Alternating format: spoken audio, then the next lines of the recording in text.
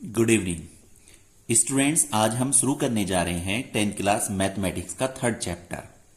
हमने 2 chapter already complete कर लिए थे। थर्ड चैप्टर है हमारा linear equation in two variables, pair of linear equations in two variables. ये चैप्टर हमें कंप्लीट करना है। इस चैप्टर का फर्स्ट वीडियो लेक्चर हम अपलोड करेंगे। तो इस चैप्टर की हम शुरुआत करते हैं। एक एग्जाम्पल से हम समझ लेते हैं कि इस चैप्टर में दरअसल करना क्या है। देखिए, दैनिक जीवन में विभिन्न प्रकार की समस्याएं आती हैं। तो कुछ समस्याएं इस प्रकार की होती हैं जिनको हम 2 वेरिएबल कंसीडर करके 2 इक्वेशंस का रूप दे देते हैं और उन इक्वेशंस को विभिन्न मेथड्स के द्वारा सॉल्व कर लेते हैं, जिससे हमारी समस्या हल हो जाती है। उसी प्रकार की एक प्रॉब्लम यहां पे भी दी हुई है। चलिए हम इस प्रॉब्लम को पहले एनालिसिस करते हैं। आपकी बुक से ही हम इसको एनालिसिस करते हैं। देखिए, Akhila went to a fair in her village. Akhila एक मेले में अपने गांव जाती है। She wanted to enjoy rides on the giant wheel. वो जिएंट व्हील पर राइड एंजॉय करना चाहती है, यानी उस पर झूलना चाहती है। And play hoopla. और हुपला एक विशेष प्रकार का गेम होता है जिसमें एक रिंग फेंकी जाती है एक आइटम पर, और यदि वो रिंग उस आइटम को कवर कर लेती है तो वो आइटम उस व्यक्ति का हो जाता है। उसको हम हुपला कहते हैं। देखिए, the number of time she played hoopla is half the number of rides. यानी जितनी बार वो हुपला खेलती है उसकी संख्या जितने झूले पर वो चक्कर लेती है उससे आधी होती है। She had on the giant wheel if each ride cost ₹3। अगर एक चक्कर की कीमत 3 रुपए है और हुपला खेलने की कीमत 4 रुपए है, तो how would you find out the number of rides and how many times he played hoopla. तो आप इस बात का कैसे पता करेंगे कि उसने कितने राइड्स लिए और कितनी बार वो हुपला खेली है, अगर उसने 20 रुपए खर्च करे हैं। चलिए, इस प्रॉब्लम को, इस सिचुएशन को हम इक्वेशंस के द्वारा किस प्रकार से रिप्रेजेंट करते हैं, चलिए देखते हैं। देखिएगा, इसमें सबसे पहले हम मान लेते हैं, कंसीडर कर लेते हैं, लेट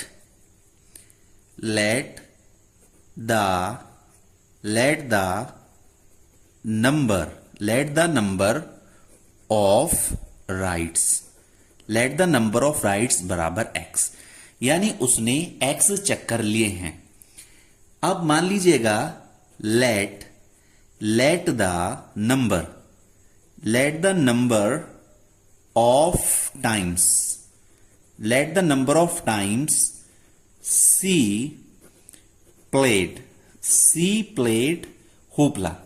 यानी वो हुपला कितनी बार खेली है उसकी नंबर को हमने y के द्वारा रिप्रेजेंट कर लिया है इस प्रकार से। देखिएगा, अब होता क्या है, अब यहां पे 2 कंडीशंस हैं। तो यहां पे अकॉर्डिंग टू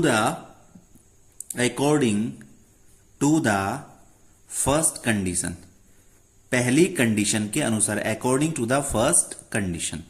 देखिए, पहली कंडीशन क्या है? पहली कंडीशन यह है कि जितनी बार उसने राइड्स किया है उससे आधी बार उसने हुपला खेला है। यानी जो ये y है, हमारी वैल्यू y जो है वो x का आधा है। यानी x को अगर हम 2 से डिवाइड कर दें तो ये हो जाएगा y is equal to x/2। यहां से हम एक इक्वेशन बना सकते हैं। 2 को हम दूसरी तरफ ले जाएंगे तो ये हो जाएगा 2y बराबर x, और इसको जब हम सिंप्लीफाई करेंगे तो x minus 2y is equal to 0। तो ये हमारी एक इक्वेशन हो गई। इसको हम कह सकते हैं लीनियर इक्वेशन इनटू वेरिएबल्स। यहां पर x और y 2 हमारे वेरिएबल्स हैं, लीनियर इक्वेशन इनटू वेरिएबल्स। चलिए अब बात करते हैं सेकंड कंडीशन की। देखिए, इन परिस्थितियों में सेकंड कंडीशन क्या है, तो यहां पे हम लिख सकते हैं according to the second condition. देखिए, सेकंड कंडीशन हमारी क्या है? सेकंड कंडीशन हमारी ये है कि एक राइड, देखिएगा, जो अखिला है उसने टोटल राइड्स x लिए हैं, और हुपला जब वो खेल रही है तो उसने y टाइम्स रिंग को क्या करा है, आइटम्स के ऊपर डाला है। तो अब यहां पर हमें देखना है कि एक राइट्स की कीमत 3 रुपए है, तो 3 राइट्स की कीमत हो जाएगी 3x, प्लस एक राइट्स की कीमत 4 रुपए है, तो y टाइम्स हम उपला खेलेंगे तो उसकी कीमत हो जाएगी 4y, और ये हो जाएगा 20 के बराबर, क्योंकि अखिला के टोटल जो पैसे खर्च हुए हैं वो 20 रुपीज हुए हैं। इस प्रकार से हमारी सेकंड इक्वेशन भी कंप्लीट हो गई। तो देखिए हमने एक विशेष प्रकार की परिस्थिति को इक्वेशंस के रूप में रिप्रेजेंट कर दिया। इस तरीके से देखिए फर्स्ट इक्वेशन को उठा के हम यहां रख लें x minus 2y is equal to 0, ये हमारी फर्स्ट इक्वेशन है। अब चूंकि ये दो इक्वेशंस हो गई तो ये हमारा हो गया pair of linear equation into variable. हम इसको कह सकते हैं, यहां पे हम लिखेंगे पेयर ऑफ लीनियर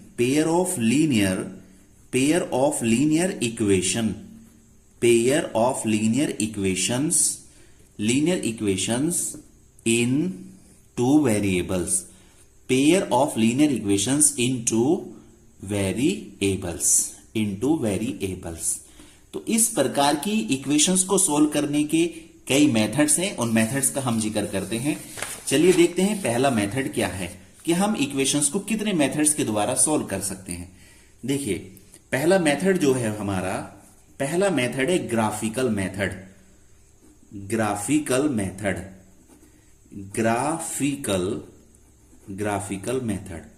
जो हमारा पहला मेथड है वो है ग्राफिकल मेथड, और सेकंड मेथड है हमारा सब्स्टिट्यूशन मेथड।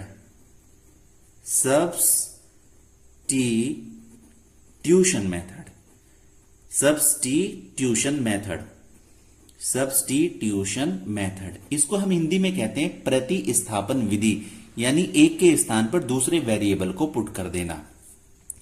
उसके बाद जो हमारा तीसरा मेथड है हमारा एलिमिनेशन मेथड। तीसरा मेथड क्या है हमारा? एलिमिनेशन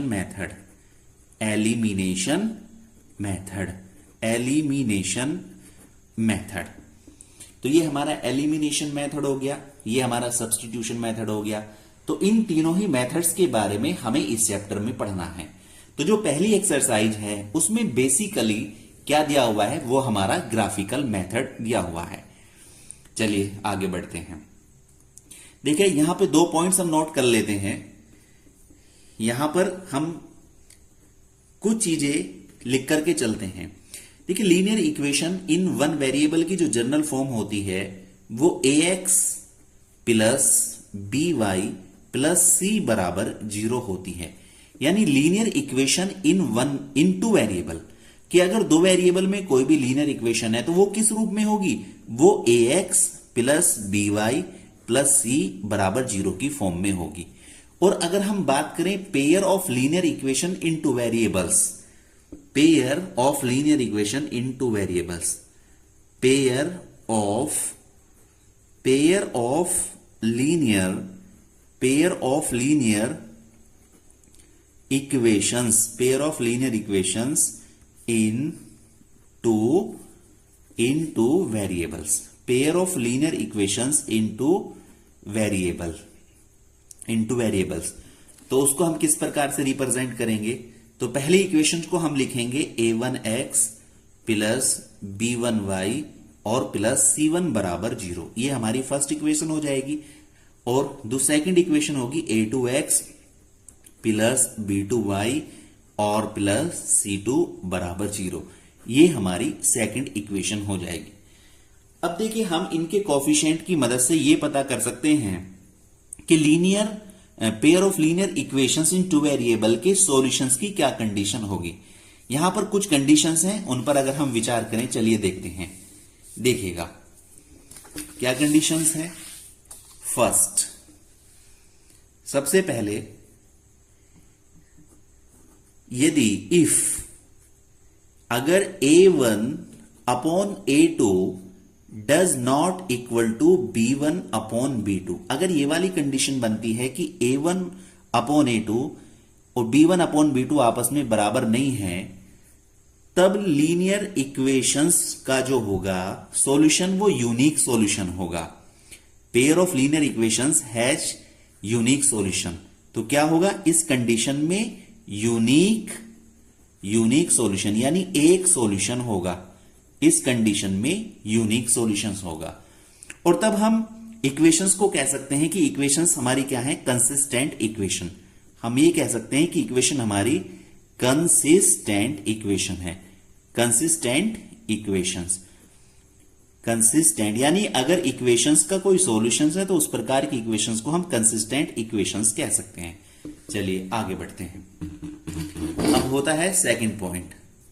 देखिएगा सेकंड पॉइंट में अगर इस प्रकार की कंडीशन बनती है कि a1 अपॉन a2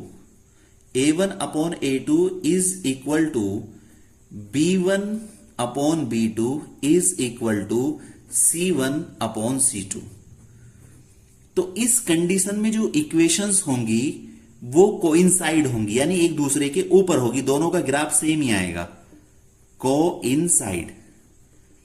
कोइंसाइड अगर हम इस इक्वेशंस की ग्राफ बनाएं इस कंडीशन में तो इक्वेशंस क्या लाइन क्या हो जाएंगी, कोइंसाइड हो जाएंगी। कोइंसाइड का मतलब यह हुआ कि उनका ग्राफ सेम ही ग्राफ आएगा, एक दूसरे के ऊपर ही आ जाएगा। तो इस प्रकार के इक्वेशंस के इनफाइनाइटली मैनी सॉल्यूशंस होंगे। इनफाइनाइटली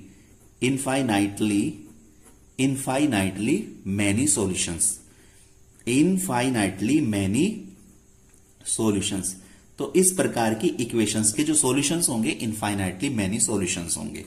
ओके, अब हम तीसरे पॉइंट की बात करते हैं। तीसरे पॉइंट में अगर कंडीशन ये बनती है कि a1 upon a2 is equal to b1 upon b2 और does not equal to c1 upon c2, यानी a1 अपॉन a2 और b1 अपॉन b2 तो बराबर हो गए लेकिन वो c1 अपॉन c2 के बराबर नहीं हुए, तो इस कंडीशन में हम ये कह सकते हैं कि दोनों ही इक्वेशंस क्या हैं, पैरेलल हैं। दोनों ही इक्वेशंस क्या है, पैरेलल। यानी अगर हम इन दोनों ही इक्वेशंस का ग्राफ बनाएं तो उनका ग्राफ एक दूसरे के पैरेलल आएगा, एक दूसरे के समांतर आएगा। तो इस कंडीशन में हो जाएगा नो सॉल्यूशन, यानी कोई भी सॉल्यूशन नहीं होगा, नो सॉल्यूशन। देखिए जब नो सॉल्यूशंस की बात आती है तो हम कहते हैं कि जो पेयर ऑफ लीनियर इक्वेशन है वो इनकंसिस्टेंट है। इनकंसिस्टेंट जो लीनियर वो क्या है, इनकंसिस्टेंट है, यानी पेयर ऑफ लीनियर इक्वेशन जो है आपका इनकंसिस्टेंट है। तो इस कंडीशन में जिसमें यूनिक सॉल्यूशन है वो कंसिस्टेंट हो गया और जिसमें कोई भी सॉल्यूशन नहीं है वो इनकंसिस्टेंट हो गया, और जिसमें इनफाइनाइटली मैनी सॉल्यूशंस है वो क्या हो गया, वो भी हमारा कंसिस्टेंट हो गया। वो भी हमारा क्या हो गया, कंसिस्टेंट हो गया। और इस प्रकार के पेयर को हम dependent pair of consistent solution बोल सकते हैं। ठीक है, इस प्रकार से हमारा ये कंसेप्ट क्लियर हो गया। आगे बढ़ते हैं। अब हमें कुछ इक्वेशंस दी हुई हैं, उन पर हम विचार करते हैं। देखिए यहां पर ये 3 इक्वेशंस दी हैं, हमें ये चेक करना है कि इन तीनों इक्वेशंस में कौन सी इक्वेशन कंसिस्टेंट है और कौन सी इनकंसिस्टेंट है, और किस इक्वेशन का यूनिक सॉल्यूशन है और किस इक्वेशंस के इनफाइनाइटली मैनी सॉल्यूशंस हैं, और इनमें से कौन सी इक्वेशंस के कोई भी सॉल्यूशन नहीं है, अर्थात वो पैरेलल है। चलिए स्टेप बाय स्टेप एक एक हम इसको हल कर लेते हैं। चलिए पहला पेयर लेते हैं इक्वेशंस का, जो है फर्स्ट पेयर लेते हैं। फर्स्ट पेयर में अब चलिए यहां से हम फर्स्ट पेयर लेते हैं। पहला पेयर क्या दिया हुआ है, पहले पेयर में दिया हुआ है x माइनस 2y बराबर 0, ये हमारी फर्स्ट इक्वेशन है।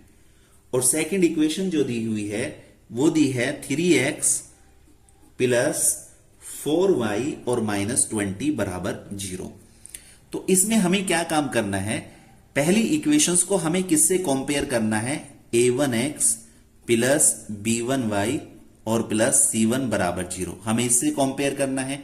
और सेकंड इक्वेशन को हमें किससे कंपेयर करना है, a2x प्लस b2y और प्लस c2 बराबर 0।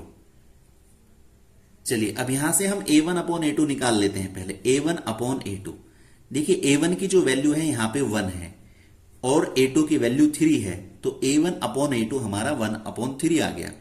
फिर हम b1 अपॉन b2 निकाल लेते हैं, तो b1 की वैल्यू -2 है और b2 की वैल्यू जो है वो 4 है, यानी y का कोफिशिएंट। तो ये इसको सिंप्लीफाई करेंगे, -1 अपॉन 2 आ गया। देखिए यहां पर हम देख सकते हैं कि a1 upon a2 implies that a1 upon a2 does not equal to b1 upon b2। वो b1 अपॉन b2 के बराबर नहीं है। तो इसका मतलब क्या हुआ, ये जो पेयर ऑफ लीनियर इक्वेशन दिया हुआ है इसका क्या होगा, यूनिक सॉल्यूशन। क्या हो गया, यूनिक सॉल्यूशन। द पेयर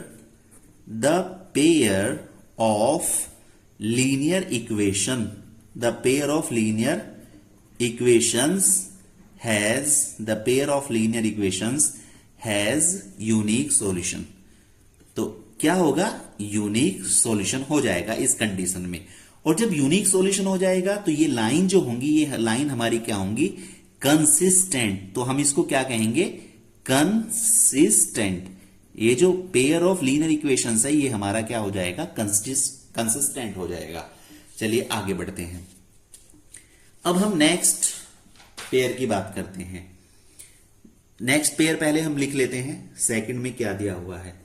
पहली इक्वेशन है 2x प्लस 3y और माइनस 9 बराबर 0। ये फर्स्ट इक्वेशन है हमारी, फर्स्ट इक्वेशन है। आप यहां से कोफिशिएंट लिख सकते हो, a1 बराबर 2 है और यहां से आप लिख सकते हो b1 is equal two plus का 3 है और यहां से आप लिख सकते हो c1 is equal to minus का 9 है। ये आपने कोफिशिएंट्स लिख लिए हैं। अब सेकंड इक्वेशन आप लिखिएगा। सेकंड इक्वेशन है 4x प्लस 6y और माइनस 18 बराबर 0। ये हमारी सेकंड इक्वेशन है।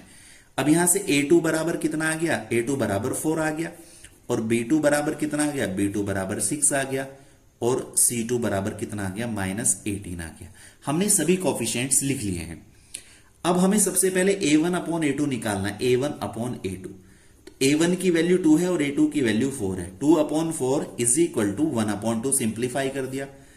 b1 अपॉन b2, b1 की वैल्यू 3 है और b2 की वैल्यू 6 है। 3 अपॉन 6 ये भी क्या हो गया, 1 अपॉन 2 आ गया। अब c1 अपॉन c2 हम निकाल लेते हैं। c1 की वैल्यू माइनस 9 है और c2 की वैल्यू माइनस 18 है, तो बराबर ये 1 अपॉन 2 आ गया। अब यहां पर हम ऑब्जर्व करें तो देखिएगा a1 upon a2 is equal to b1 upon b2 is equal to c1 upon c2। ये तीनों ही वैल्यूज आपस में क्या आ गई, बराबर आ गई। तो जब तीनों ही वैल्यूज आपस में बराबर आ गई तो इसको इस कंडीशन में जो लाइन होंगी वो क्या हो जाएंगी, कोइंसाइड। लाइन क्या हो जाएंगी, कोइंसाइड, यानी दोनों का ग्राफ एक दूसरे के ऊपर आ जाएगा, एक दूसरे को कोइंसाइड कर देंगी, लाइन हो जाएंगी कोइंसाइड। और इस कंडीशन में दो इक्वेशंस का कोई भी सॉल्यूशन नहीं होगा, नो सॉल्यूशन। इस कंडीशन में दी हुई इक्वेशंस का कोई भी सॉल्यूशन नहीं होगा और हम ये कह सकते हैं कि पेयर ऑफ लीनियर इक्वेशंस हमारा क्या है, इनकंसिस्टेंट। क्या कह सकते हैं, इनकंसिस्टेंट। इसको हम कह सकते हैं पेयर ऑफ लीनियर इक्वेशंस को इनकंसिस्टेंट। ये हमारा क्या हो गया, इनकंसिस्टेंट हो गया। चलिए आगे बढ़ते हैं। अब हम एक एग्जाम्पल और लेते हैं, एक पेयर और लेते हैं। चलिए थर्ड पार्ट। तो थर्ड पार्ट में पहली इक्वेशन है हमारी x plus 2y minus 4 is equal to 0। ये हमारी फर्स्ट इक्वेशन है। अब फर्स्ट इक्वेशन में यहां पे हम कोफिशिएंट लिख लेते हैं, a1 इज इक्वल टू 1 और b1 इज इक्वल टू 2 और c1 is equal to minus 4। पहली इक्वेशंस के हमने कोफिशिएंट्स लिख लिए। सेकंड इक्वेशन है 2x plus 4y minus 12 is equal to 0। यहां से भी हम कोफिशिएंट लिख लेते हैं। a2 बराबर कितना आ जाएगा 2, b2 बराबर कितना आ जाएगा 4 और c2 बराबर कितना आ जाएगा माइनस के 12। इसको लिखने के बाद फिर हमें वही अनुपात निकालना है, रेशियो निकालना है। a1 अपॉन a2 निकाल लेते हैं, ये हमारा 1 अपॉन 2 आ जाएगा। a1 की वैल्यू 1 है और a2 की वैल्यू 2 है। उसके बाद हम b1 अपॉन b2 निकाल लेते हैं, ये हमारा 2 अपॉन 4 हो जाएगा, यानी 1 अपॉन 2 आ जाएगा। फिर हम c1 अपॉन c2 निकाल लेते हैं, ये माइनस का 4 अपॉन माइनस 12 और ये हमारा 4 या 12 यानी 1 अपॉन 3 आ जाएगा।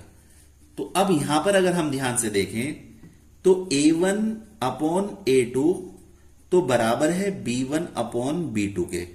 तो बराबर क्या है, b1 अपॉन b2 के, लेकिन बराबर नहीं है c1 अपॉन C2 के, तो बराबर नहीं है C1 अपॉन C2 के, बराबर नहीं है C1 अपॉन C2 के। चलिए आगे बढ़ते हैं। इसमें थोड़ी सी मिस्टेक हो गई, इसमें जो है इनफाइनाइटली मैनी सॉल्यूशंस होंगे, क्योंकि लाइन एक दूसरे के ऊपर है, तो इनफाइनाइटली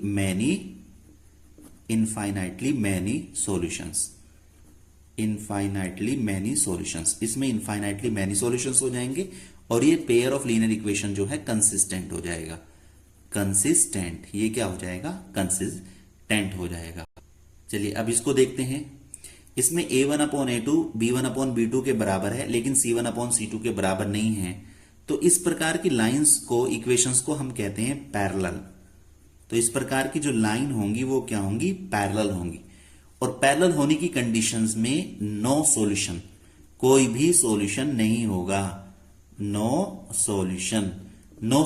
और जब कोई भी सॉल्यूशन नहीं होगा तो पेयर ऑफ लीनियर इक्वेशंस क्या हो जाएगा?